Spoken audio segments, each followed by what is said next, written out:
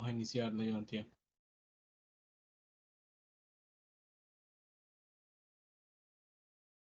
Ya, ok. Voy a compartir la pantalla.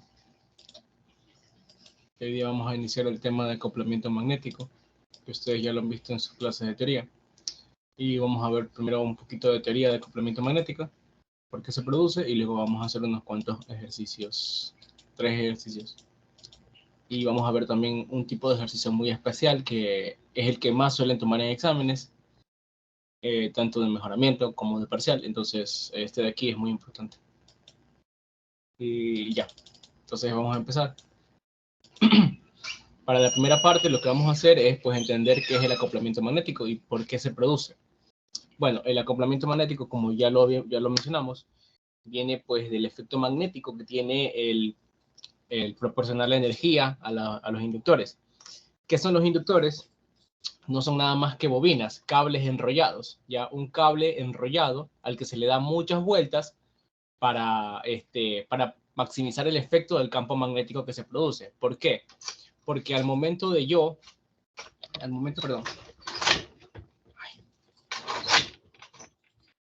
momento de energizar la bobina, al momento de proporcionarle un voltaje a la bobina, ya conectar una fuente de voltaje, en esta bobina se va a inyectar una corriente, ¿verdad? Se va a producir una corriente que se inyecta en ella. Y esa corriente en la espira, ¿verdad? En cada espira va a hacer que esa espira cree un campo magnético. Y ese campo magnético se va a desplazar por la posición en la que están ubicadas las espiras, se va a desplazar hacia arriba en este caso. ¿Sí? ¿Por qué? Porque tenemos que seguir la regla de la mano derecha. Recordemos la regla de la mano derecha. La regla de la mano derecha lo que nos dice es que, bueno, ¿cómo yo puedo identificar hacia dónde se mueve el flujo magnético o el campo magnético en una espira?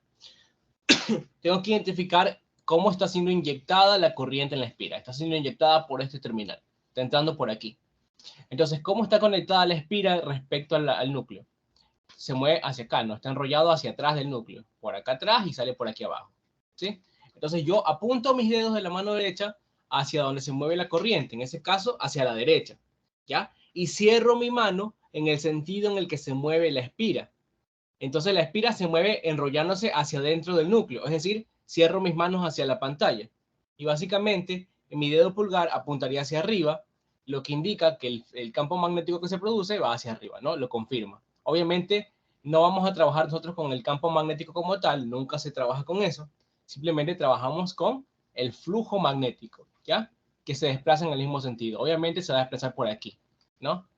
El hecho de que esté un núcleo conectado, un material magnético enrollado en la bobina, es para que casi todo el flujo que se produce por el efecto magnético se desplace a través de este material.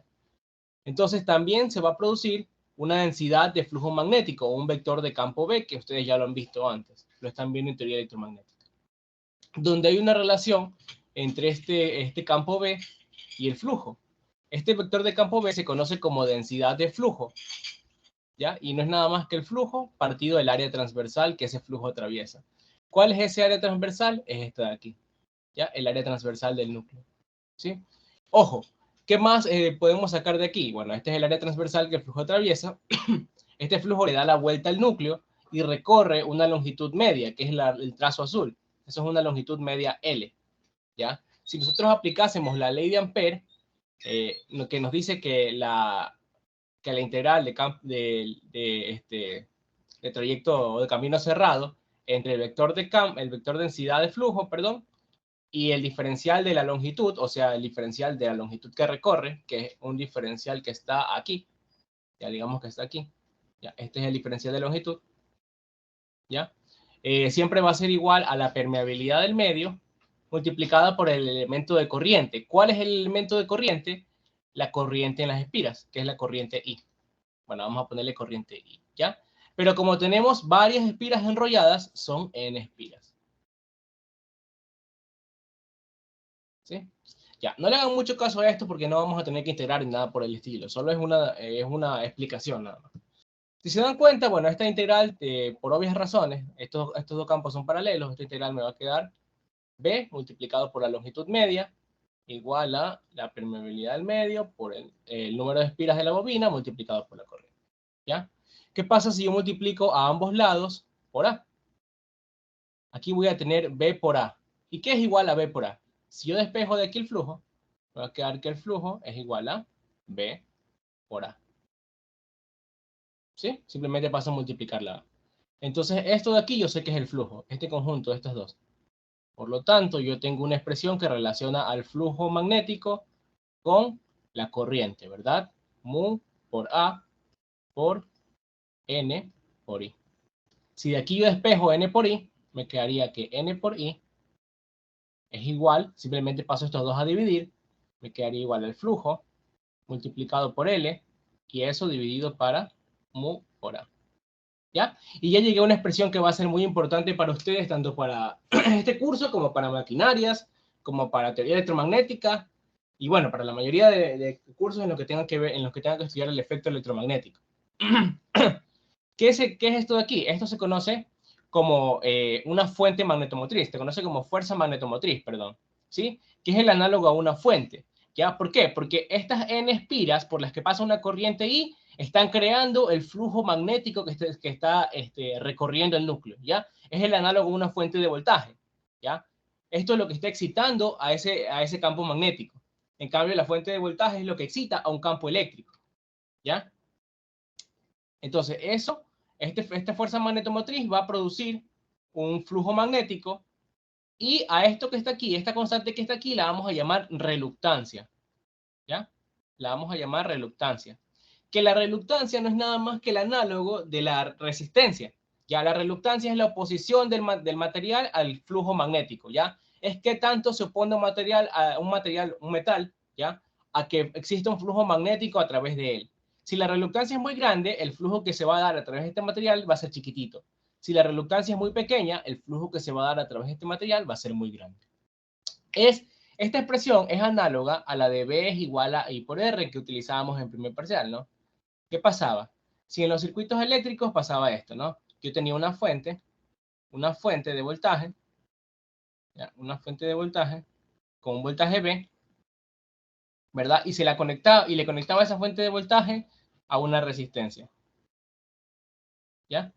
Entonces, esa resistencia R, resistencia eléctrica, ¿ya? Al conectarla a esta fuente, la fuente va a provocar como que como consecuencia exista una circulación de corriente a través del circuito, ¿ya?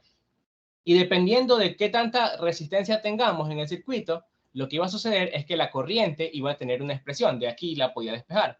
La expresión de la corriente era P sobre R. ¿Ya? Entonces, ¿qué pasaba? Si la resistencia eléctrica, que la resistencia es la oposición al paso de la corriente, si la resistencia eléctrica era muy grande, esta corriente iba a ser aproximadamente cero, ¿no? Entonces, si la resistencia al paso de la corriente es muy grande, la corriente que va a pasar es prácticamente nula. ¿Qué pasa si la resistencia era muy pequeña? Si la resistencia era muy chiquitita, significa que la corriente que va a pasar por aquí es aproximadamente infinita, es muy grande, ¿ya? Eso es lo que nos decía la resistencia. Acá va a ser prácticamente lo mismo. Vamos a poder armar un circuito magnético, ¿ya? Un circuito magnético en el que vamos a tener una fuente generadora de campos magnéticos, ¿ya? Vamos a tener una resistencia magnética. ¿Y cuál va a ser la consecuencia de que se active o que se conecte esta fuente de generadora de campo magnético, cuyo voltaje, entre comillas, va a ser la fuerza magnetomotriz?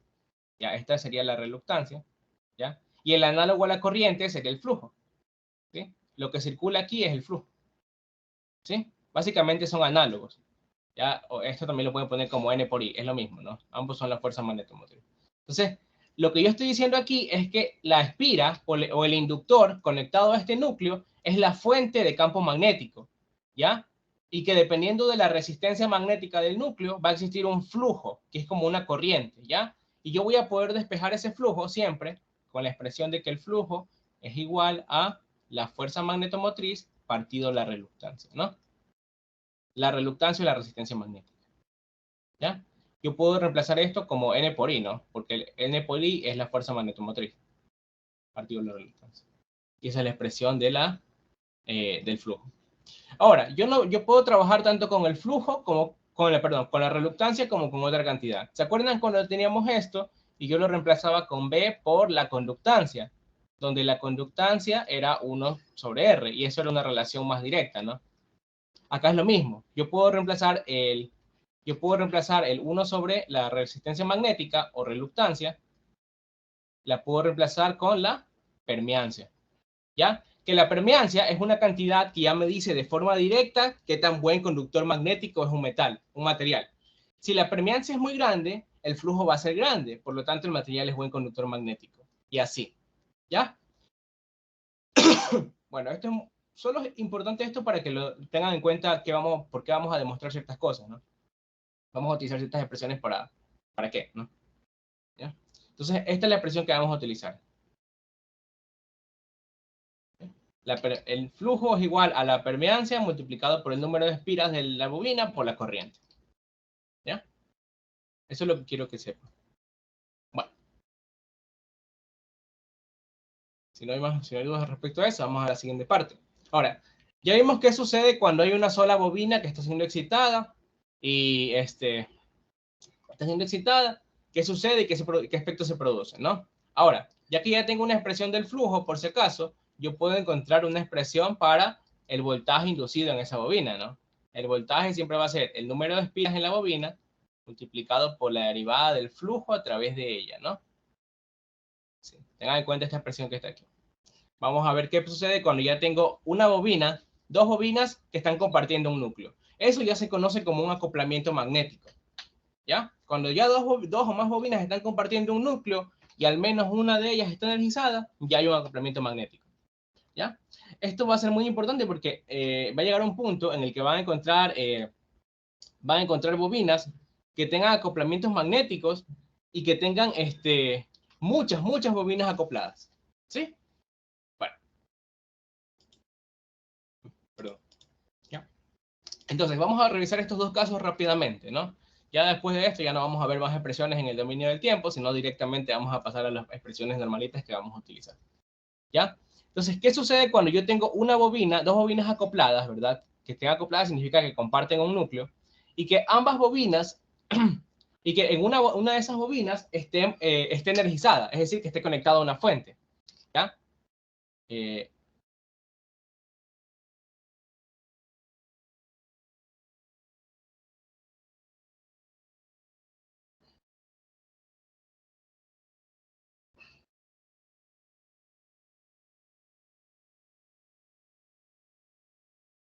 bueno, que una de esas bobinas esté acoplada a una fuente.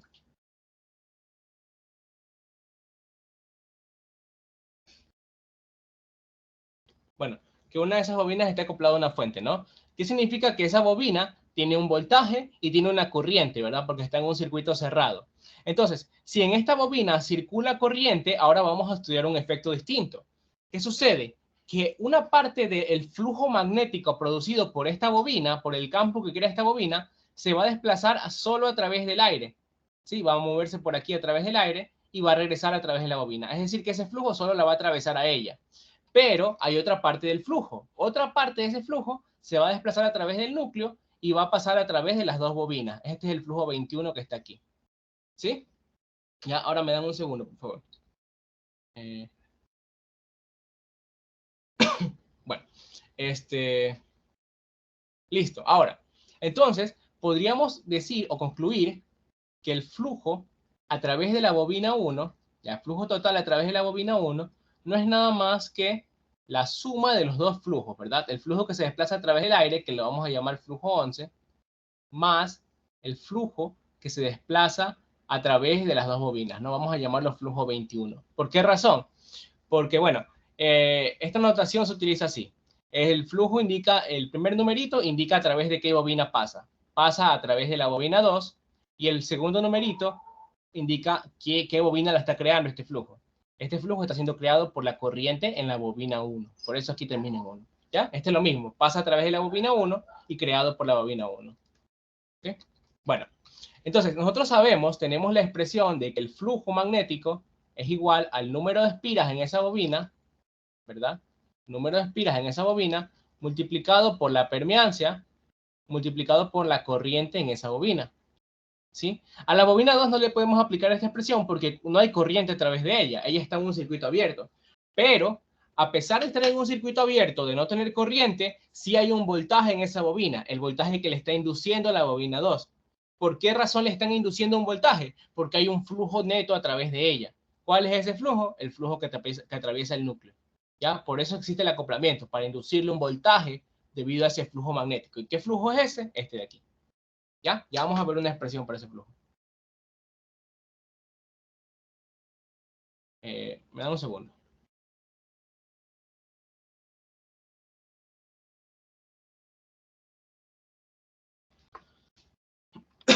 Ok. Entonces, chicos, ¿ya? Una vez que ya tenemos una expresión para el flujo, vamos a reemplazar eso aquí. ¿Ya? Entonces, el flujo magnético 1 sería igual al número de espiras en la bobina 1 multiplicado por la permeancia total, ¿verdad? La permeancia de la bobina 1, la permeancia de la bobina 1 multiplicado por la corriente en la bobina 1. ¿Sí? Pero, ¿qué sucede? Yo no tengo una sola permeancia, porque ¿cuántos medios tengo? El flujo, los flujos, las componentes del flujo se están desplazando. Una por el aire, la de aquí, la flujo esta de aquí, la 11, y la otra se está desplazando por el núcleo. Entonces tengo dos medios por el que se está desplazando el flujo magnético. ¿Qué tengo que hacer? Tengo que tener dos permeancias. La permeancia total en la bobina 1 va a ser igual a la permeancia total del aire, vamos a llamarla permeancia 11, más la permeancia 21. Entonces, reemplazando aquí, me quedaría N1 por la permeancia 21, la permeancia 11, perdón, más la permeancia 21 por la corriente en la bobina 1. ¿Sí? Si yo quiero desarrollar un poquito más esta expresión, ¿sí? Me quedaría N1 por la permeancia 11, simplemente multiplicando todo por N1 y todo por I1, ¿sí? Más N1 por la permeancia 21 por I1, ¿sí? I1. Esto de aquí va a ser igual al flujo 11. Y esto de aquí va a ser igual al flujo 21. ¿Sí? Ya tengo una expresión que depende de la corriente para cada flujo. Ahora, si yo quiero el voltaje en la bobina 1, va a ser igual al número de espiras en esa bobina multiplicado por la derivada del flujo en esa bobina, el flujo total en la bobina 1, respecto al tiempo. ¿Sí? Entonces vamos a reemplazar esta expresión que está aquí arriba, me quedaría N1 por la derivada de N1 por la permeancia total en la bobina 1 por la corriente 1 respecto al tiempo. Por lo tanto, el voltaje en la bobina 1, si yo saco las constantes de aquí, que son N1 y la permeancia, me quedaría N1 cuadrado por la permeancia 1 por la derivada de la corriente en la bobina 1 respecto al tiempo. ¿Y a qué se parece esto? Esto se parece a la expresión de L1 por la derivada de la corriente en la bobina 1 respecto al tiempo. ¿Sí? Y esta expresión no es nada más que la expresión de la inductancia. Y aquí ya puedo despejar la inductancia. La inductancia va a ser igual a N1 al cuadrado multiplicado por la permeancia 1. ¿Sí? Esta es la expresión de la inductancia, que puede por ahí que se las tomen en algún momento. Por eso les estoy dando esta demostración. Bueno, para el voltaje de la bobina 2, tengo lo mismo. Ese voltaje va a ser igual al número de espiras en la bobina 2 multiplicado por la derivada del flujo neto en la bobina 2. Pero ¿cuál es ese flujo neto en la bobina 2? El flujo 21, ¿no? Solo es esta componente que está aquí. Entonces vamos a reemplazar esta componente aquí adentro.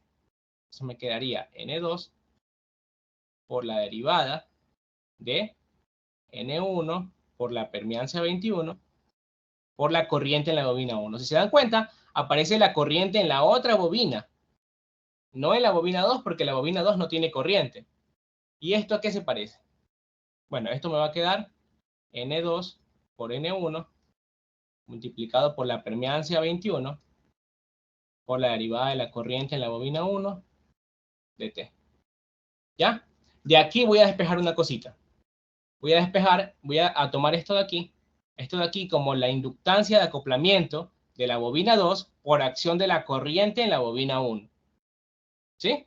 Directamente, B2 va a ser igual a esa inductancia de acoplamiento multiplicada por la derivada de la corriente en la otra bobina, ¿ya? La bobina que lo está acoplando, ¿ya? Esto es el voltaje propio, lo vamos a llamar.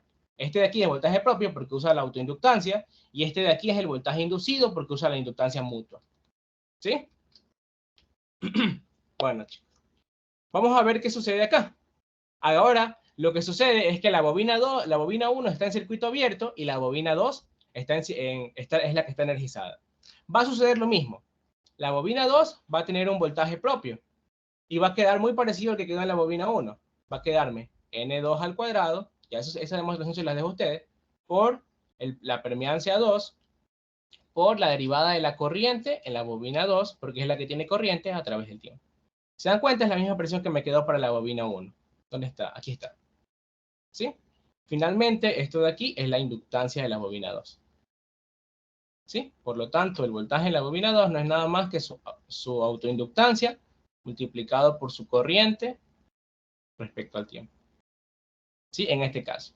Y el voltaje en la bobina 1, en este caso, ahora va a ser solo un voltaje inducido, que sería, me va a quedar N1 por N2 por la permeancia 12, que es la permeancia producida por el flujo en la bobina 1, creado por la bobina 2, que es la que está energizada, por la derivada de la corriente en la bobina 2, que es la que ahora tiene corriente, respecto al tiempo. Entonces B1 me va a quedar la constante de acoplamiento, la inductancia de acoplamiento de la bobina 1 por acción de la corriente en la bobina 2, derivada de la corriente respecto al tiempo. ¿Sí? Y ya tengo dos expresiones para el voltaje en el otro caso. ¿Ya? Si se dan cuenta, ahora la bobina 2 es la que tiene el voltaje propio y la bobina 1 es la que tiene el voltaje inducido. ¿Sí? Esos son para casos muy excepcionales en el que solo una de las bobinas está energizada. ¿Ya? Si la bobina 2 está energizada, son estas dos expresiones. Si la bobina 1 está energizada, son estas dos expresiones, esta de aquí y esta de aquí. ¿Qué pasa ahora cuando las dos bobinas están energizadas? ¿Ya? Ahí ya viene la parte más sencilla. Cuando las dos bobinas tienen energía, como en este caso, el voltaje en la bobina 1 va a ser igual a la suma o la superposición de los dos voltajes. El voltaje propio, que es L1, por la derivada de la corriente en la bobina 1, respecto al tiempo, me dan un segundo para dibujarlo mejor. Bueno, un poquito más pequeño, mejor dicho. ¿Ya? L1 por la derivada de la corriente en la bobina 1, respecto al tiempo, bueno, igual quedó igual, más la inductancia del acoplamiento entre la bobina 1 y 2 por la derivada de la corriente en la bobina que lo está induciendo, que es la bobina 2. ¿Sí? ¿Se dan cuenta? Aquí aparece la corriente de la bobina 2. Y el voltaje en la bobina 2 va a ser igual a su voltaje propio, que es su inductancia por la derivada de su corriente respecto al tiempo, más el voltaje del acoplamiento, que es el voltaje, la inductancia de la bobina 2 producida por la corriente en la bobina 1, multiplicada por la derivada de la corriente en la bobina 1, que es la que le está induciendo ese voltaje. Si se dan cuenta, aparecen en los voltajes inducidos, aparecen las corrientes de la otra bobina. ¿Ya? Esa es la diferencia. Ahora, en la mayoría de los casos, en casos de aquí vamos a suponer que M12 y M21 son iguales, ¿sí? Y vamos a llamarlo inductancia mutua, ¿ya? Entonces ya no vamos a utilizar esta notación de aquí, sino que simplemente le ponemos M. ¿Ya? M. Y ahí ya queda la expresión del voltaje. Ahora, cada bobina va a tener un voltaje que va a tener esta expresión, ¿sí? Su voltaje propio, este es el voltaje que nosotros utilizábamos hasta ahora, el voltaje de la bobina, que simplemente era la corriente por la reactancia inductiva. Y este va a ser un nuevo voltaje, ¿sí? Va a tener dos componentes de voltaje cada bobina, ¿ya? ¿Qué sucede? Que nosotros no trabajamos esto en el dominio del tiempo, ¿se acuerdan? Nosotros trabajamos en el dominio de la frecuencia. Vamos a ver cómo quedan esos voltajes en el dominio de la frecuencia. Me quedaría un fasor voltaje, en el primer lugar, fasor voltaje B1. Me quedaría, esta es la componente que ya conocemos, es la reactancia inductiva de la bobina 1, ¿verdad? Que es imaginaria, multiplicada por el fasor corriente I1, ¿sí? Y esta componente de aquí me quedaría un JXM, una reactancia inductiva, pero reactancia inductiva de acoplamiento, multiplicada por el fasor corriente de la otra bobina, que es la corriente que está aquí. ¿Sí? Donde esta reactancia de magnetización, por si acaso, bueno, ya, luego les doy cuánto vale, ¿no? Y luego tendría, para el fasor voltaje de la bobina 2, tendría la reactancia inductiva de la bobina 2 por su corriente, que es esta componente que está aquí, llevado del dominio de la frecuencia, y esta componente de acá me quedaría la reactancia la reactancia de acoplamiento, reactancia M, multiplicada por la corriente en la bobina 1. ¿Sí? Esta es la componente que está aquí, ya llevada al dominio de la frecuencia. Donde ese JXM, bueno, donde el valor de XM, porque el J simplemente dice que es imaginario, ¿sí? El XM simplemente es igual a la frecuencia angular multiplicado por por la inductancia mutua, ¿ya? Entre las bobinas. Aquí siempre me la van a marcar, o a veces solo me van a dar la inductancia 1 y la inductancia 2 y me van a dar un valor que se llama K, que es la constante de acoplamiento, ¿ya? La constante K me dice qué tan buen acoplamiento tengo, ¿ya? Si me dan K y L1 y L2, yo puedo determinar la inductancia mutua como K, el producto entre K por la raíz cuadrada de L1 por L2, ¿sí? Esta formulita de aquí apréndansela y apréndanse estas formulitas de aquí abajo, ¿ya? Por si acaso, aquí no siempre va a ser más, aquí es más, menos. Ya vamos a ver por cuándo es más y cuándo es menos, ¿ya? Solo esto de aquí tienen que aprenderse. Lo que hemos visto antes simplemente es una demostración del por qué sale eso desde un análisis un poquito más matemático, ¿ya? No es muy complicado, pero esto no se tiene que aprender. Nada de esto tiene que aprenderse. Solo esto que está aquí, ¿ya? Solo estas dos ecuaciones de aquí y la ecuación de acá. Y la de aquí, ¿ya? Nada más. Bueno, si no hay ninguna duda hasta ahí, vamos a terminar la parte de la explicación teórica del por qué se da el acoplamiento de las bobinas, ¿ya? Cuándo ponerle signo más y cuándo ponerle signo menos, ¿ya? Lo que vamos a hacer ahí es fijarnos en una cosita. Bueno, este dibujo no es muy bueno. Ya, a ver, voy a dibujarlo acá.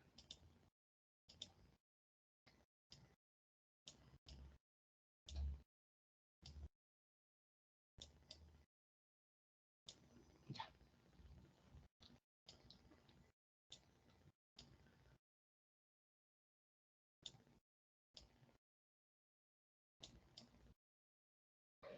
Ya. Ay. Bueno, lo que yo voy a tener aquí son dos bobinitas, ¿no? Dos bobinas que están acopladas. ¿Ya? Hay una forma de identificar el acoplamiento magnético entre bobinas. ¿Cuál es esa? La marca de polaridad. ¿Sí? ¿Cuál es la marca de polaridad? Simplemente es el puntito que tiene aquí la bobina. ¿Ya? Listo. Ya. Ahora, ¿qué sucede cómo voy a identificar el signo en la expresión del voltaje de la bobina? Bueno, tenemos dos bobinas, ¿no? La primera bobina con una inductancia L1, ¿dónde lo pongo? Bueno, aquí, L1, y la segunda bobina con una autoinductancia L2, ¿no? Ambas están acopladas y tienen una inductancia mutua de M, ¿ya?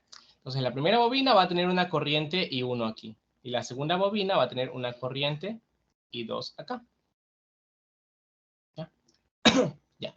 Lo que sucede es que, ¿qué pasaba con las bobinas que teníamos nosotros? Bueno, decíamos, la corriente viene y la polariza así, ¿no? La polarizan con más por donde ya entra y menos por donde ya sale, ¿ya?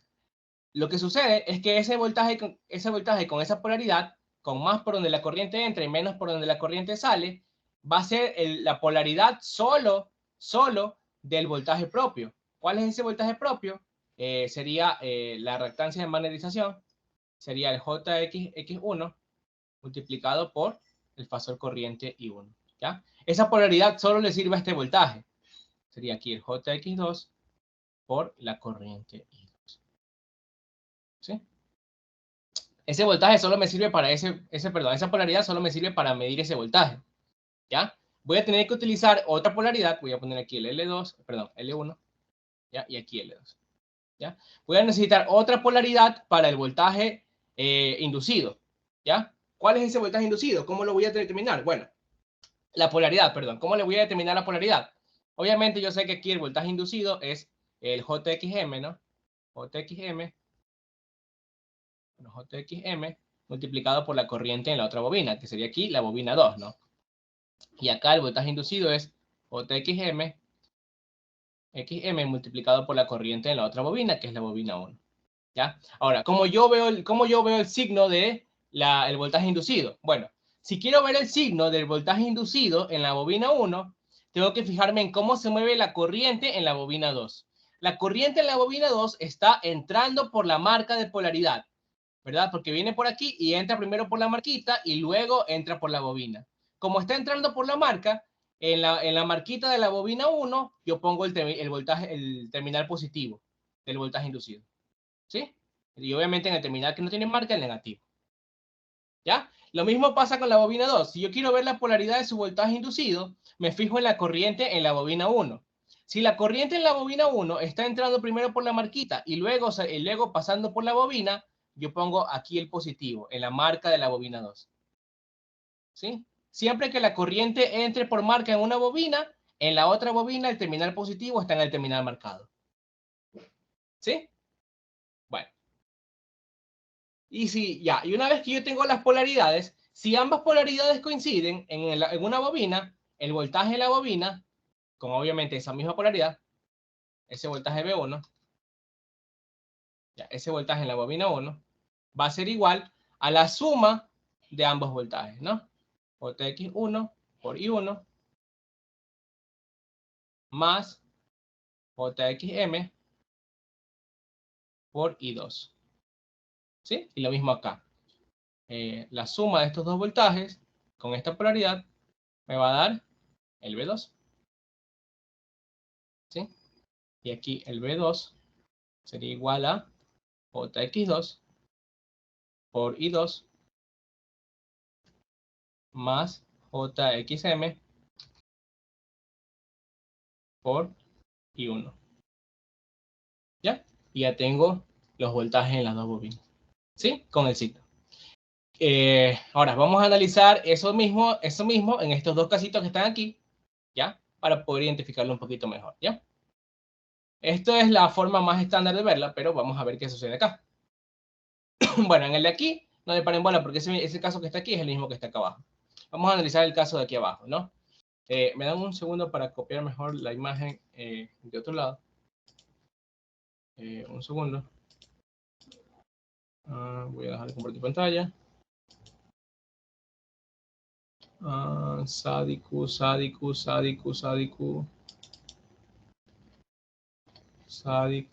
acoplamiento, acoplados magnéticamente, inductancia mutua. Vamos a estudiar esto que está aquí. Ya. A ver. Entonces voy a poner recorte y anotación. Y vamos a estudiar cada uno de estos casos. Vamos a estudiar cada uno de estos casos. Vamos a compartir pantalla. Escritorio, ventana. Open board. Compartir. Ya. Entonces aquí vamos a tener los 4 casos que ustedes van a encontrar, ¿no? Igual el libro los resume en 4 casitos que son muy sencillos de entender, pero pues yo les doy la explicación para que pues no se enfrasquen solo en los 4 casos, ¿no? Que pues obviamente siempre es lo que siempre les va a suceder, pero pues es mejor que se lo sepan así, o sea, que se los aprendan en lugar de solo aprenderse los 4 casitos, ¿no? Aprendan cómo siempre desarrollarlo en lugar de solo aprenderse los 4 casos. Entonces, este sería el segundo caso. Y el tercer caso sería este que está aquí. Vamos a ponerlo.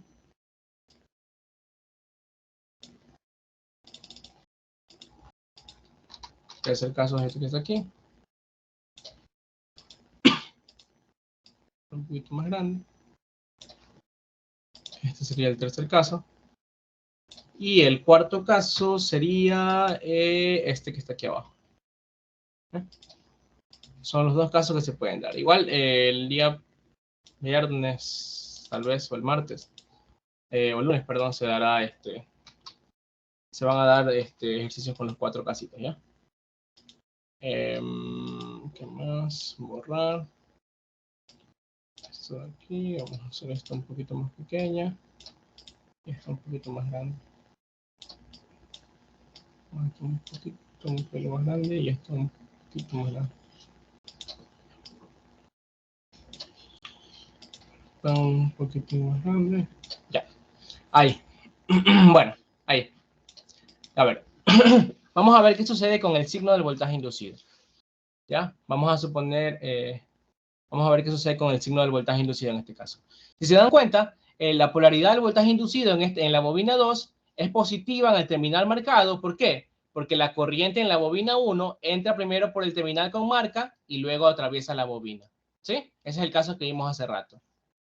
Aquí está, la corriente en la bobina 1 entra primero por el terminal con marca y luego a través de la bobina 1. Por lo tanto, la polaridad en la bobina 2 tiene el positivo en el terminal con marca del voltaje inducido. La que sucede lo mismo. ¿Sí? Es lo mismo. Ahora, aquí en el segundo caso, la corriente de la bobina 1 sigue entrando por el terminal marcado. Sí, ¿verdad?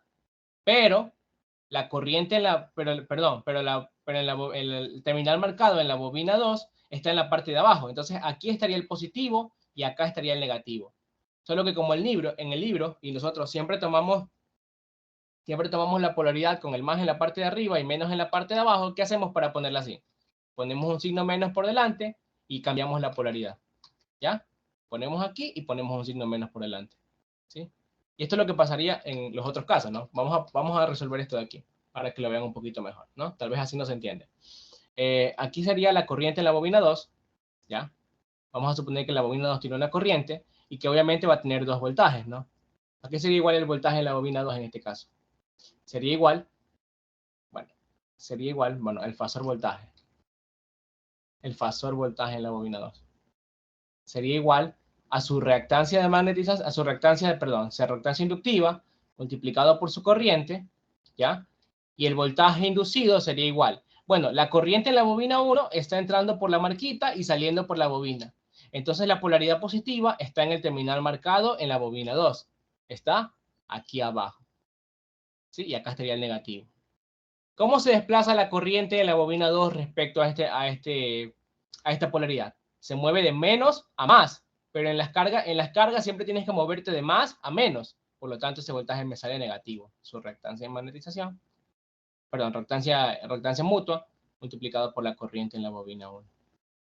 Sí, por eso es que aquí sale negativo. ¿Por qué? Porque estoy tomando mi ley de voltaje de Kirchhoff en este sentido. Uy, perdón. En este sentido. Obviamente siempre va a coincidir el sentido del voltaje inducido, ¿verdad? Me muevo de más a menos en el sentido del voltaje inducido, perdón, el voltaje propio, pero el del voltaje inducido no va a coincidir en este caso. Me muevo de menos a más, por eso sale negativo. Bueno, espero que eso haya quedado claro. Acá sucede lo mismo. La corriente en la bobina 2, ¿qué está pasando? Está primero la corriente en la bobina 2 está entrando por la bobina y luego está saliendo y ahí entra la marca. Entonces se dice que está saliendo por marca, ¿verdad? Porque primero entra la bobina y luego pasa por la marca. En ese caso, lo que sucede es que el terminal marcado en la bobina 1 tiene la polaridad negativa. Cuando la corriente en la otra bobina primero entra por la bobina y luego pasa por la marca, el terminal marcado en la otra bobina tiene el terminal negativo y aquí está el positivo. Y sucede lo mismo. ¿Qué pasa si yo quiero el voltaje en la bobina 1? En el sentido de mi ley de voltaje de Kirchhoff. Obviamente, el voltaje inducido, el voltaje propio en la bobina 1, en ese caso, sería igual a su reactancia inductiva multiplicado por su corriente, ¿no? Y siempre va a coincidir signo positivo, ¿no? Porque es el mismo sentido que estamos para mi ley de voltaje de Kirchhoff. Pero el voltaje inducido, ¿qué va a pasar? Nos movemos de menos a más. Entonces también es negativo ese voltaje. JXM multiplicado por la corriente en la bobina 2. ¿Sí? Y ahí están los casos en los que el voltaje inducido es negativo y resta. ¿Ya? Y acá pues es lo mismo. ¿Qué pasa si en este caso la marca está en la parte de abajo. Ya, bueno, cuando la marca está en la parte de abajo, ¿qué pasa con la corriente en la bobina 2? Está saliendo por marca, ¿verdad? Porque primero pasa por la bobina y luego por la marquita. Por lo tanto, el terminal marcado en la bobina 1 tiene la polaridad negativa, porque estamos saliendo por marca, ¿no? ¿Ya? ¿Y qué va a pasar? Aquí el voltaje en la bobina 1 va a ser igual a su reactancia inductiva multiplicado por su corriente, y como la polaridad del voltaje inducido esta vez sí coincide, me queda positivo esa polaridad, ¿no? XM por la corriente en la bobina 2. ¿Sí? Y es más, si ustedes inyectasen una corriente aquí y uno, el voltaje en la bobina 2, ¿qué les quedaría? Les quedaría la reactancia inductiva de la bobina 2 más el voltaje mutuo por la corriente en la bobina 1, ¿no? ¿Por qué? Porque la corriente aquí también está saliendo por marca. Entonces aquí también estaría el negativo y acá estaría el positivo. Y coincide con el sentido de la corriente en la bobina 2. Por eso me sale positivo también la componente inducida acá. Y ya, básicamente así tienen que verlo siempre. No es muy difícil, solo tienen que fijarse. Si las dos corrientes entran por marca, los voltajes me van a salir positivos. Van a salir positivos, ¿sí? Si las dos corrientes entran por marca o las dos salen por marca, ¿sí? En este caso, aquí están entrando por marca las dos, suponiendo que las dos van haciendo. Aquí las dos están entrando por marca y aquí las dos están saliendo por marca, ¿sí? Si una corriente está entrando por la marca, como aquí, y la otra está saliendo por la marca, como acá, van a ver las componentes negativas, ¿sí? Y acá también lo mismo. Una está saliendo por marca, en este caso, y otra está entrando por marca, en el caso de acá. Y ahí hay componentes negativos, ¿sí? Solo es eso. Bueno, ahora por último, la parte de la marca de polaridad. Nosotros ya vimos ejercicios ya vimos circuitos en los que existe la marca de polaridad, pero no sabemos cómo determinarla. ¿Cómo la determinamos? Bueno, lo que hacemos en esos casos es simplemente fijarnos en cómo está conectada la bobina en el núcleo. Para ello nos van a dar nosotros el dibujo del núcleo y el dibujo de la bobina enrollada. Tiene que verse el dibujo. Ya, me dan un segundo.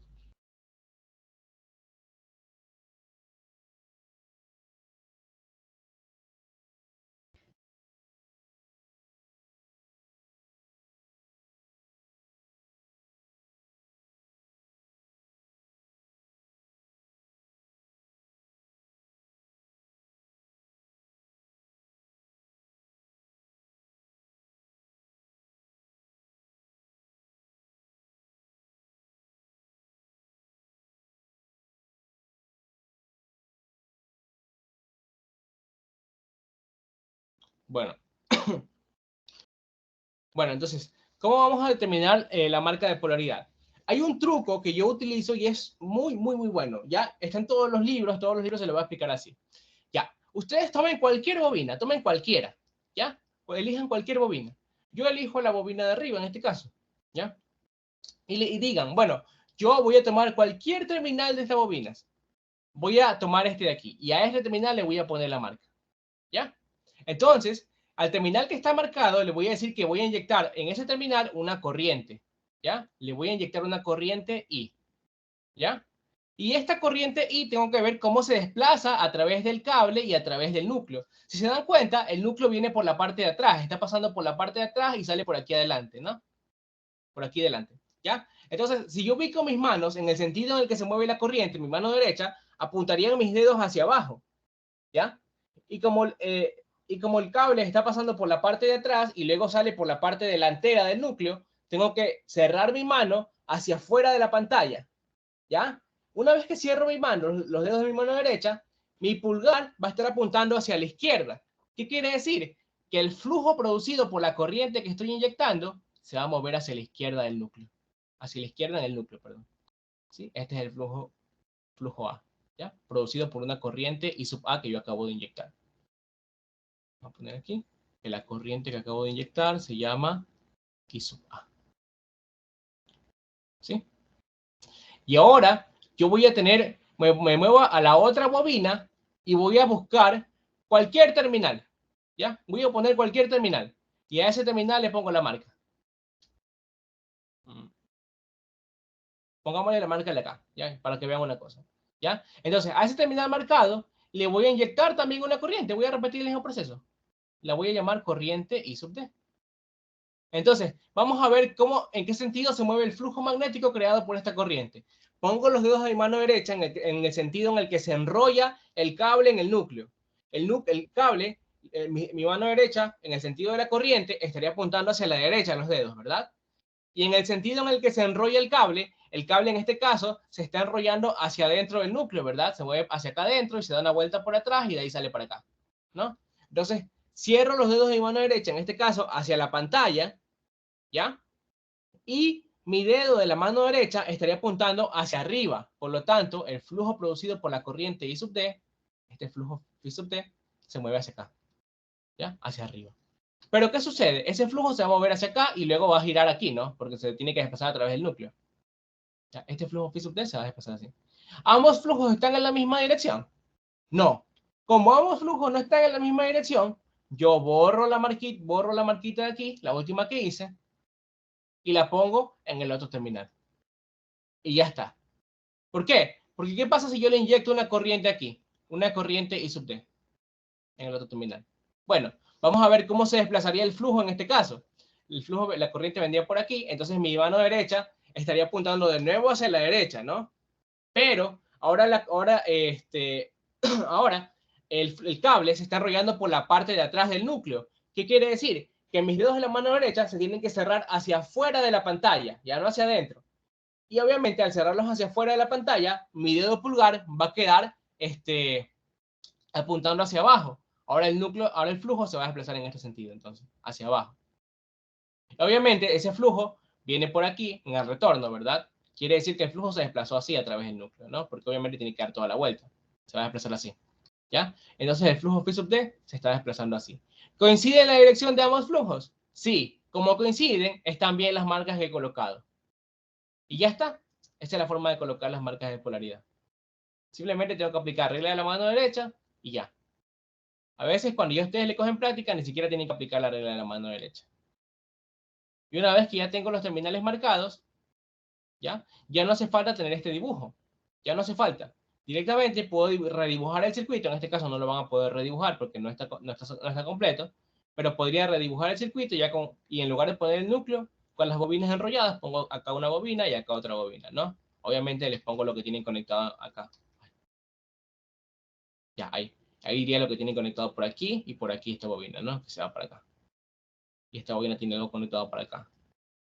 Y en lugar de poner ya el núcleo, simplemente le pongo la marquita de polaridad. Es para lo único para lo que me sirve el dibujo del núcleo, para ponerles las marquitas de polaridad. ¿Ya? Simplemente es eso. Eso es lo que más toman en los exámenes de segundo parcial y mejoramiento. Y no es algo, y no les toman cosas de solo poner un acoplamiento magnético. Son acoplamientos magnéticos triples, de 4 bobinas y así. Entonces tengan bastante cuidado. Bueno, imagino que no hay ninguna pregunta. Como no hay presentes en la sesión, vamos a dejarlo ahí con la explicación. Directamente la próxima sesión vamos a avanzar con los ejercicios de acoplamiento magnético. Gracias.